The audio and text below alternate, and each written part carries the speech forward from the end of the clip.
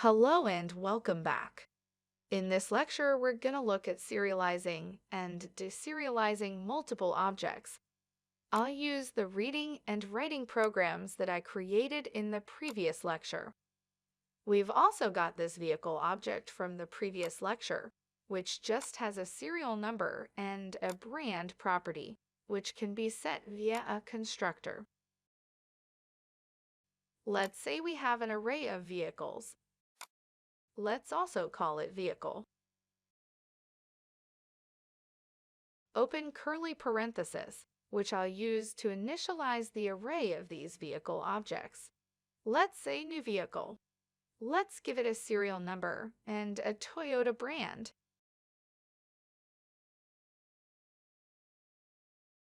And another vehicle with another serial number and another brand.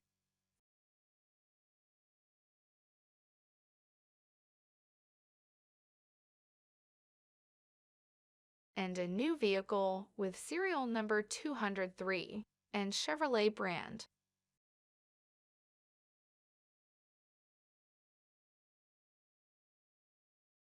So we've got 3 vehicles in this array here. Array in Java is just an object, and we can simply serialize and deserialize it as we would any object. Therefore, we can serialize arrays as long as the objects in it are serializable.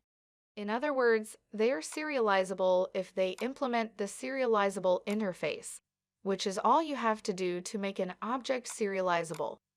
Then you can read and write it. So let's write this array. Let's say object output dot write object vehicle.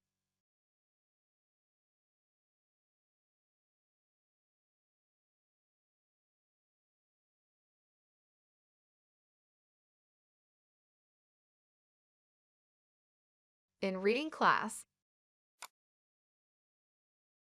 let's say vehicle array vehicle.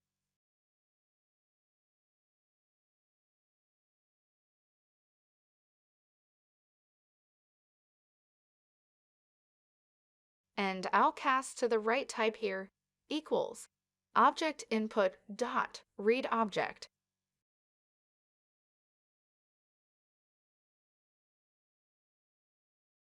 So let's save that and run it.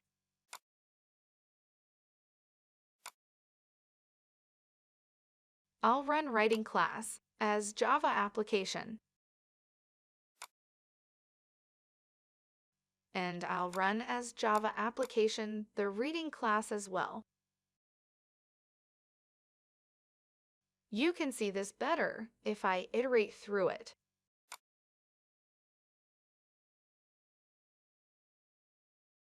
Let's say for vehicle, my vehicle's vehicle.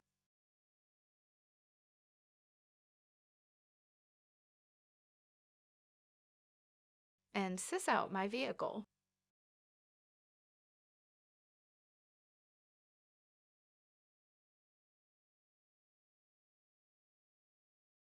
I'll right-click Reading Class and go to Run as Java Application.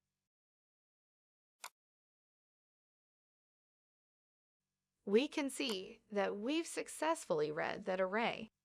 We could also serialize and deserialize array lists in exactly the same way as arrays. We haven't covered array list yet in this course because I will put it in Java Collections, which will be a separate section of this course. However, in my Java Collections lectures, I will go through array lists, and they're basically resizable arrays, and I'd highly recommend that you check out those lectures when they'll come up. So let's create an array list here just to demonstrate this. So I'll create an array list of vehicle objects. In array lists, you have to specify what type of object it's going to store in these diamond brackets. And let's call this vehicle list and set it equals to new array list of vehicle. And instead of writing these out again, I'll just use the arrays dot as list method to initialize the array list with this array.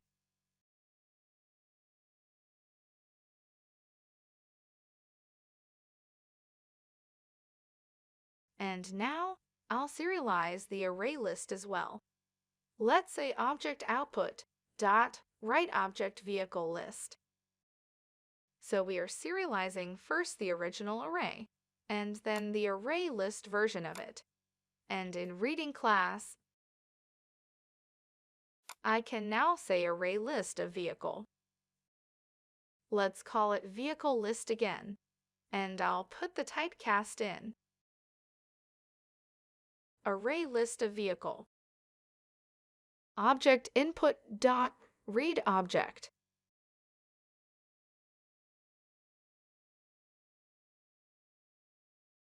And now we can also iterate through the array list in the same way.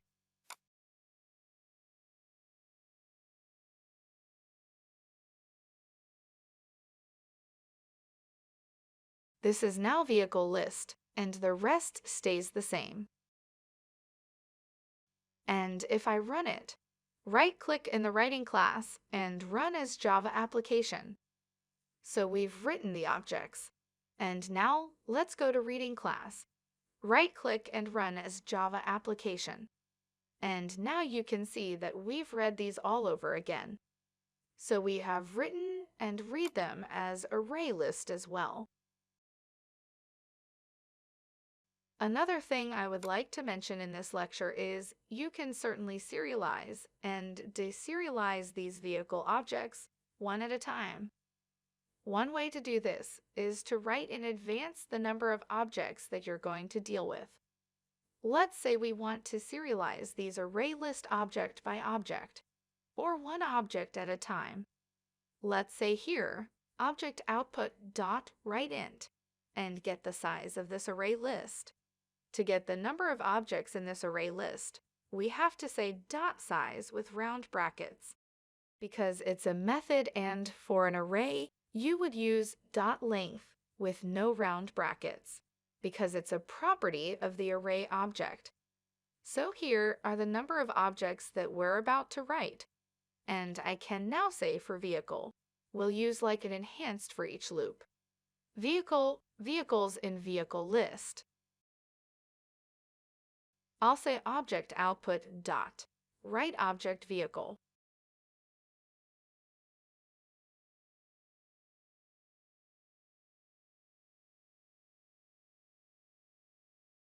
And when we read them, we'll go to reading class. I'll say int value equals object input dot read int.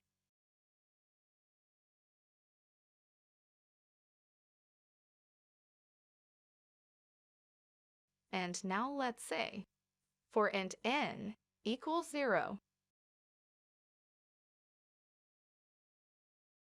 n less than value, and n plus plus. We will read those objects one by one. So vehicle equals object input dot read object. We need to cast it to a vehicle and save it.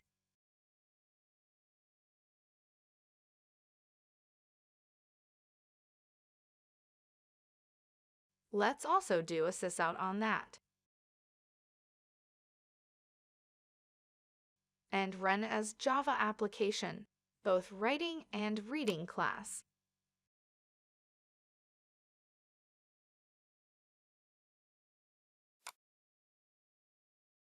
And yes, we have successfully read and written them one by one. Now, another thing I'd like to mention in this lecture is that you don't want to serialize more fields than you actually have to, because that's gonna be inefficient, and sometimes there are gonna be fields in your object that you just can't serialize. An example might be if you're using threads. You don't want to try to serialize a lock or something like that. So you don't need to serialize certain type of fields, or it's just not useful to serialize them. And you can prevent fields being serialized using the transient keyword, which is pretty simple. Let's suppose we don't need to serialize this serial number for some reason. Normally you would want to serialize a serial number, but we're gonna do it just to have an example to demonstrate this. Let's change this to private transient int serial number. We'll run it, and then we'll run reading class here.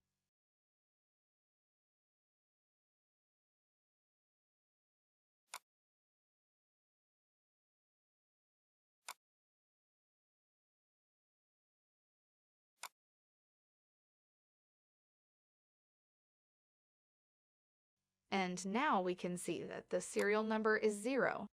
Because I've marked this serial number as transient, it's not been serialized. The reason why this serial number is 0 is that fields like this in Java are initialized to default values, which in this case is 0. So that's why this is set to 0, and it has not been serialized. And that's the transient keyword. You just use it to prevent things from being serialized. So that's how we came to the end of this lecture. Join me again next time. Until then, keep practicing.